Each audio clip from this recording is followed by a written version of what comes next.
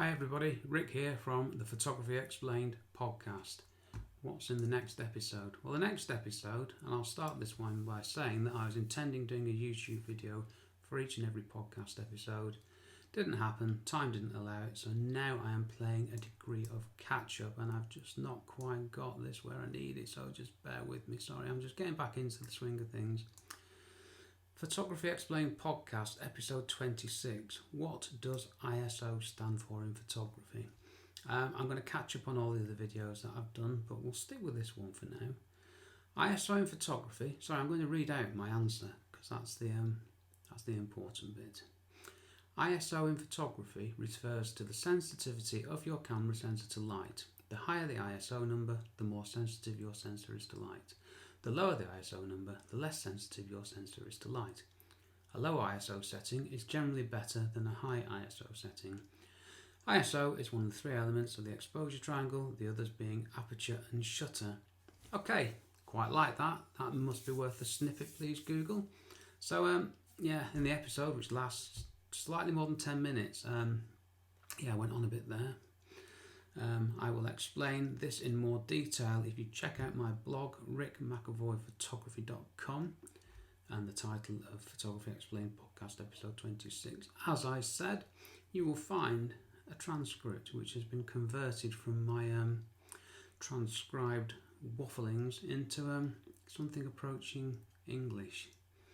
What do I go through in this one? Well, what does ISO actually stand for? What does it actually mean? They don't really matter. Well, they don't matter as stuff actually. Knowing what ISO stands for will make no difference to your photography, trust me. Where did it come from? What does it all stand for? What do the numbers mean? Now, what do the numbers mean? This is the important bit. There is an ISO scale which goes from, I say 50 to 12,800 because that's the more conventional ones. And it goes up, it's a numerical thing. 100, 200, 400, 800. I'll let you fill in the blanks on that one because you can probably get there yourselves. And each step on the ISO scale is a doubling or a halving of the intensity. The intensity, I got the word wrong, sensitivity of the sensor. So ISO 100 to 200, you are doubling the sensitivity of the camera sensor to light. This relates directly to adjusting the shutter speed by a full stop or the aperture by a full stop, which is how exposure triangle is three elements which work together. Okay, if you want to know any more, because I'm just doing short videos here, check out Photography Explained podcast. Check out rickmcevoyphotography.com/blog.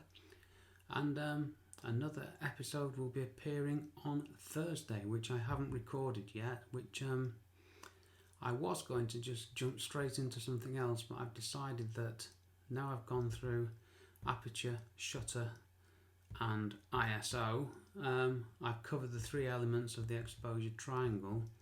I think I'm going to do some practical examples of the exposure triangle in action. Just let me check my list because I think I've just got that one wrong. No, I'm right, I'm okay. Next episode is planned to be what is the exposure triangle revisited. I think I'm going to do that and then I'm going to go into some more in-depth examples. Right, I'm beginning to waffle now. 4 minutes is up. Thanks for watching. Check out my Photography Explained podcast, my blog. Catch me anywhere and I'll see you on the next one. Cheers from me, Rick.